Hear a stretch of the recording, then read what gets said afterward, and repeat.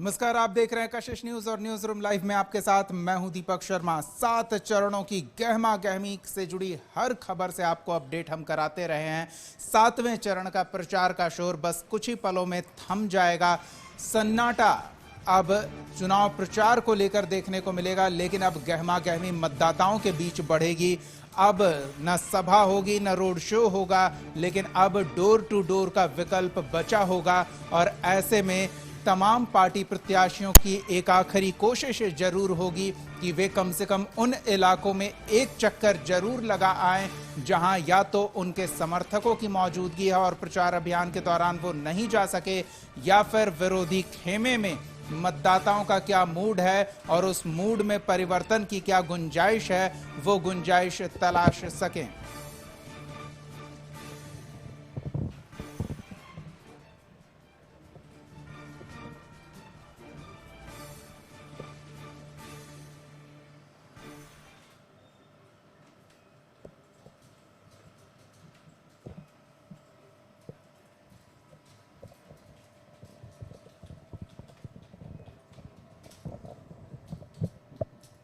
तो देश भर के 8 राज्यों के 57 सीटों पर चुनाव होना है, जिनमें बिहार की 8 सीटें शामिल है। और ग्राफिक्स के माध्यम से हम आपको दिखा रहे हैं उन 8 सीटों पर जो अब तक स्थिति बनती दिख रही है। आमने सामने का मुकाबला अधिकांश सीटों पर एनडीए और आईएनडीआई अलायंस के बीच, लेकिन कुछ सीटों पर ऐसे भी निर्दलीय प्रत्याशी हैं जो मुकाबले को दिलचस्प बनाते दिख रहे हैं।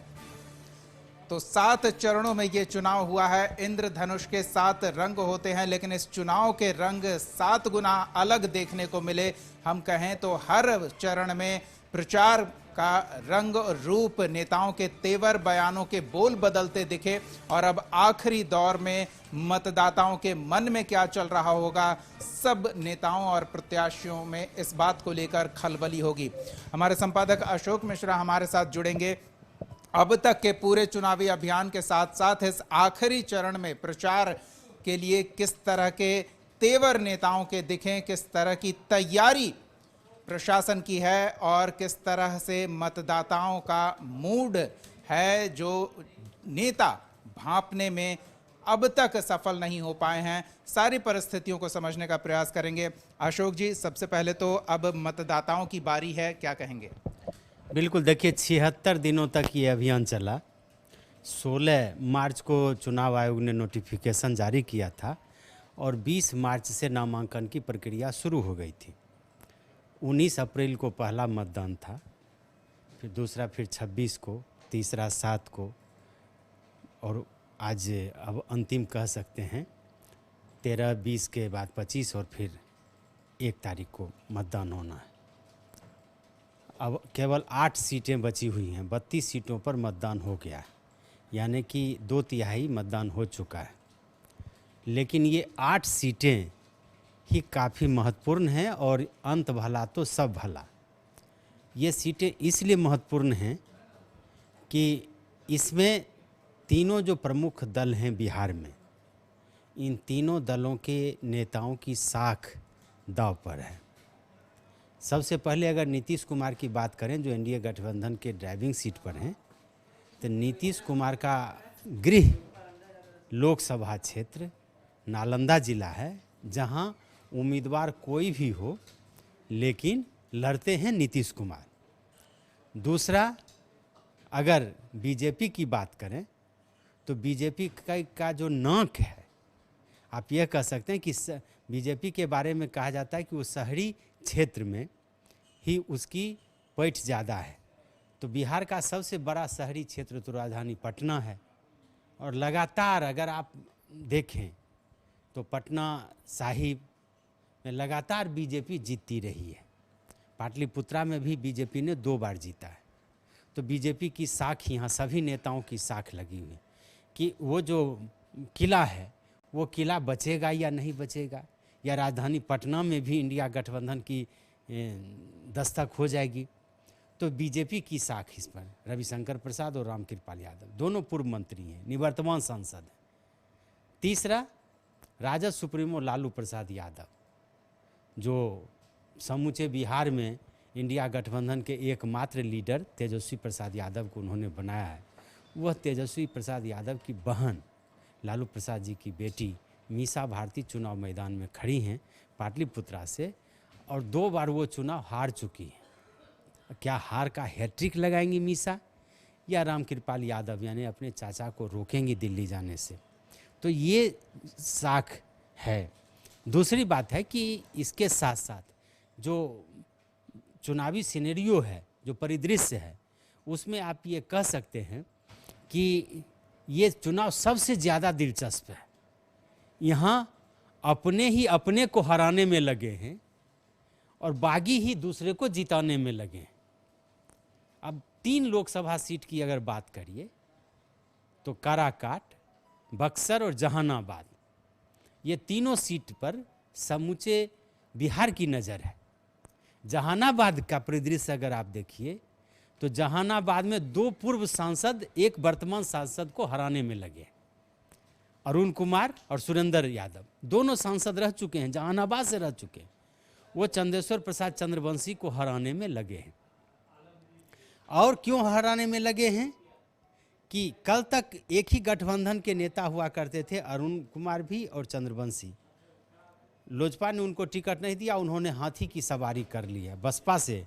अब आप समझ लीजिए कि वो अरुण कुमार जीतें या न जीतें, लेकिन चंद्रवंशी को तो हराने में वो कामयाब होंगे। क्योंकि पिछले दफ़े जो सुरेंद्र यादव ने जो चुनावी हार हुई थी सुरेंद्र यादव की, तो मात्र 1500 वोटों से, 1700 वोटों से मात्र हार हुई थी चंद्रवंशी जी से।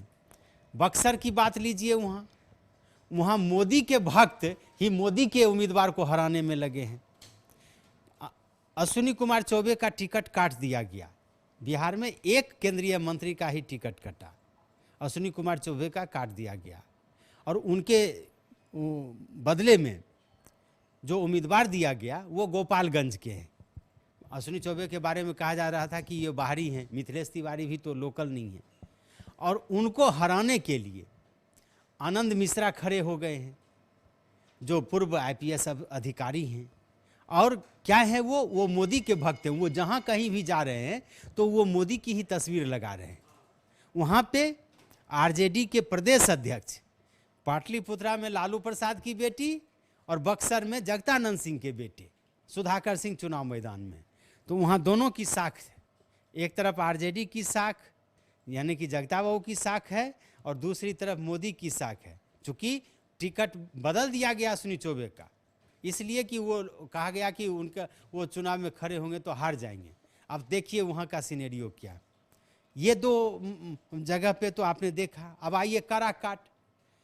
NDA गठबंधन के एक प्रमुख घटक दल के प्रमुख नेता उपेंद्र जी के खिलाफ में बीजेपी का ही एक घोषित उम्मीदवार, जो आसनसोल से पवन सिंह को टिकट मिल चुका था, जिसने रिफ्यूज किया। अब उपेंद्र कुशवाहा को, लव कुश समीकरण के एक महत्वपूर्ण पिलर, कुशवाहा के बड़े नेता, उनको हराने के लिए मोदी के एक भक्त, अमित शाह के शिष्य, JP नड्डा के पार्टी के कार्यकर्ता पवन सिंह ही हराने के लिए लगे हुए। अब सिनेरियो देख लीजिए, 1 सीटें मात्र मिली है उपेंद्र कुशवाहा को, और उसको भी हराने के लिए बीजेपी के ही नेता लगे हुए हैं। परिणाम क्या है कि इन तीनों सीटों पर जो मुकाबला है वो दिलचस्प है। ऊँट किस करवट बैठेगा नहीं कहा जा सकता है, लेकिन ये तीनों सीटें NDA के लिए एक तरह से कहिए गले की हड्डी बन गई है, उसकी साख दांव पर है।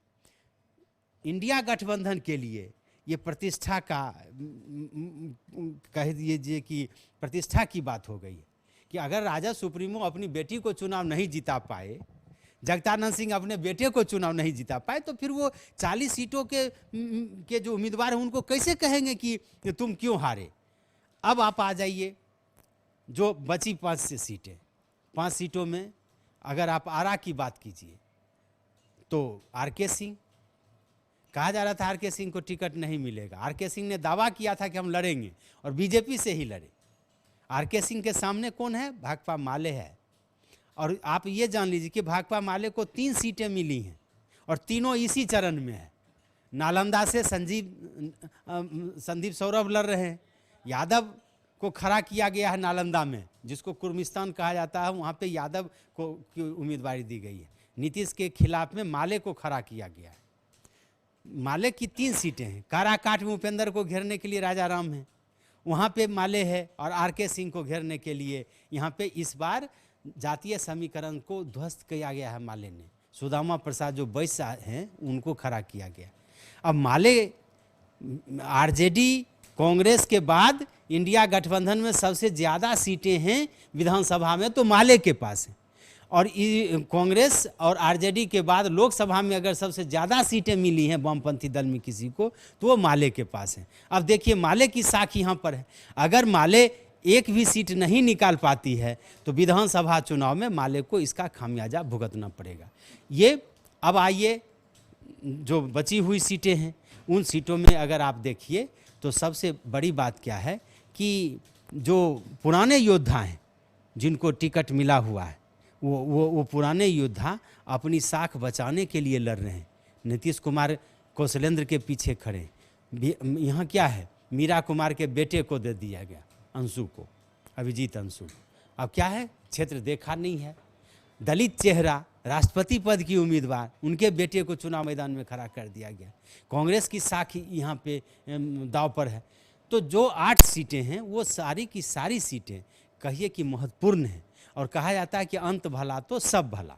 इसको लेकर के एक तरफ जहां चुनाव आयोग ने तैयारी की है, दूसरी तरफ राजनीतिक दल के नेताओं ने तैयारी की है, और एक भी ऐसी सीट नहीं है जिसमें एनडीए के बड़े नेताओं ने दौरा नहीं किया है। एक भी सीट ऐसी नहीं है जहां तेजस्वी प्रसाद यादव ने लगातार चुनावी कैंपेन नहीं किया है। एक भी सीट ऐसी नहीं है जिसके उम्मीदवार यह दावा न करते हों कि हम लड़ाई में नहीं हैं। और यही वजह है कि ये अंतिम जो है, आपने जो कहा, जो तैयारी है वो पब्लिकली ख़त्म हो चुकी है, लेकिन अब घर घर संपर्क अभियान अभी से शुरू हुआ। 5 बजे के बाद चुनाव प्रचार बंद हो चुका है इन 8 लोकसभा क्षेत्रों में, और इनमें आप यह कह सकते हैं कि अब असली खेल जिसको कहते हैं आप, साम दाम दंड भेद से अब चुनाव जीतना जिसको कहते हैं, उसकी तैयारी अब होगी। राजनीति का असली रंग अब दिखेगा। अशोक जी, 6 चरणों में मतदाताओं की चुप्पी कोई भांप नहीं पाया, क्या उनका मन कह रहा है? तो इस चरण में हम उससे ज़्यादा चर्चा मतदाताओं के लिए जो परेशानी का सबब होने वाली है मौसम, उस पर बात कर लेते हैं। निर्वाचन आयोग ने 6 चरणों में अलग अलग जगहों पर कहीं टेंट लगाया, कहीं पानी की व्यवस्था की, अलग अलग सुविधाएं उपलब्ध कराई। इस बार निर्वाचन आयोग के लिए भी मुश्किल होगी। जवान बेहोश हो रहे हैं बैरक में, सफ़र करना मुश्किल हो रहा है, मतदाता को किस तरह से 1-1 घंटे पंक्ति में इंतज़ार करना होगा, वो सब सोच रही होगी निर्वाचन आयोग के अधिकारी। हाँ, 2 बातें इसमें हैं। एक तो आपने जो सवाल किया कि मतदाताओं की चुप्पी, तो वो भी आप सुन लीजिए कि मतदाताओं की चुप्पी तोड़ने के लिए क्या नहीं किया गया। एक से एक हथियार चलाए गए, एक से एक आरोप लगाए गए। अपने राजनीतिक दुश्मन को के मनोबल को ध्वस्त करने के लिए प्रधानमंत्री नरेंद्र मोदी ने कहा कि 2 तारीख के बाद, यानी कि 4 जो चुनाव परिणाम के बाद जो हेलीकॉप्टर से उड़ रहे हैं, जमानत या अमानत, शहजादे विदेश जाएंगे, पार्टियां खत्म हो जाएंगी। क्या क्या नहीं कहा। दूसरी तरफ से कहा गया कि बिहारी हैं, डरने वाले नहीं हैं। यानी कि मतदाताओं को प्रभावित करने के लिए हर तरह के प्रहार किए गए, हर तरह के हथियार चलाए गए, संविधान खतरे की बात कही गई, लेकिन फिर भी मतदाता नहीं डोले। मतदाताओं के शब्द, मतदाताओं ने मुंह में ऐसी चुप्पी साध ली कि जो बड़े बड़े नेता हैं वो हताश, निराश दिखे। जहाँ तक चुनाव आयोग का सवाल है, चुनाव आयोग ने बेहतर व्यवस्था करने का दावा किया है। पाटलिपुत्र और पटना साहिब, ये दोनों लोकसभा क्षेत्र में 13 ऐसे बूथ बनाए गए हैं जो खूबसूरत बूथ, सबसे बेस्ट बूथ पटना के एन कॉलेज में बनाया जा रहा है। आदर्श गोलघर का चित्र, सेव का चित्र, क्या कहते हैं, पटना के विभिन्न घाटों का चित्र, मतलब खूबसूरत बनाया गया। उनको कोई कठिनाई न हो इसके लिए क्या किया गया है कि आप उस दिन पूरी की पूरी सवारी फ्री ले सकते हैं। मोटरसाइकिल से आइए या आप 3 चक्का से आइए या 4 चक्का से आइए, आपको फ्री है। मतदाताओं को बूथ पर लाने के लिए सवारी मुफ्त में का इंतज़ाम किया है। मतदाता आपको भोजन के लिए रेस्टोरेंट में 50% की छूट दी गई है। उस दिन अगर आप सिनेमा देखने जाते हैं तो उसमें 50% की छूट आपको दी गई है। उसमें आप अगर जाते हैं कसरत करने के लिए तो वहाँ पे आपको 50% की छूट दी है। चुनाव आयोग ने अपने तय भरपूर व्यवस्था की है, लेकिन सबसे ऊपर जो बैठा हुआ है मौसम का मालिक, वो क्या करता है वो जाने। लेकिन चुनाव आयोग की भरपूर कोशिश है कि अधिक से अधिक मतदान हो, और इसके लिए जो भी संभव है उसने किया है। देखना होगा कि ये चूँकि ये शहरी इलाका ज़्यादा है, आप देख लीजिए जितने भी लोकसभा क्षेत्र हैं ग्रामीण इलाके के कम हैं। जहानाबाद को ही अगर लीजिए, काराकाट को ही लीजिए, सासाराम को लीजिए, अगर बक्सर को लीजिए, पटना को लीजिए, तो ये लगभग सभी छोटे शहर हैं और ये शहरी इलाके हैं। शहरी इलाकों के साथ साथ ये कहिए कि ये तपिश वाला इलाका है। अगर आप किशनगंज की बात लेते तो अभी जिस तरह का मौसम हाल है कि सुपौल का मौसम बदल चुका है, लेकिन ये इलाका जो है सो मध्य बिहार, ये गर्मी का इलाका है। यहाँ के लोगों को गर्म सहने की आदत है, इसलिए ऐसा मत कहिए कि इसका प्रभाव पड़ेगा। लेकिन इतना ज़रूर कह सकते हैं कि मतदाता की जो उदासीनता पिछले 6 चरणों में रही है, अगर उस तरह की उदासीनता रही तो 4 तारीख तक इनके उम्मीदवारों के दिल की धड़कन बढ़ी रहेगी, परिणाम जो भी हो। लेकिन इतना ज़रूर कह सकते हैं कि मतदाता के साथ साथ मौसम भी इनको दगा दे दिया अगर, तो कहीं न कहीं इनकी परेशानी बढ़ जाएगी। जी बहुत बहुत धन्यवाद अशोक जी इस तमाम बातचीत और जानकारी के लिए। तो काफ़ी गहमा गहमी देखने को मिली है और निर्वाचन आयोग ने भी मतदाताओं को मतदान केंद्र तक आने के लिए प्रेरित करने के लिए कई प्रयास किए हैं। हम आपसे अपील करते हैं कि अब 24 घंटे का समय है आपके पास सोच विचार करने का, और जो भी विचार करें, जो भी प्रत्याशी आपको पसंद हो उसके लिए वोट देने कम से कम जरूर मतदान केंद्र तक पहुंचे। और कोई नहीं पसंद है तो उसका भी विकल्प है, लेकिन अपने मताधिकार का प्रयोग जरूर से जरूर करें।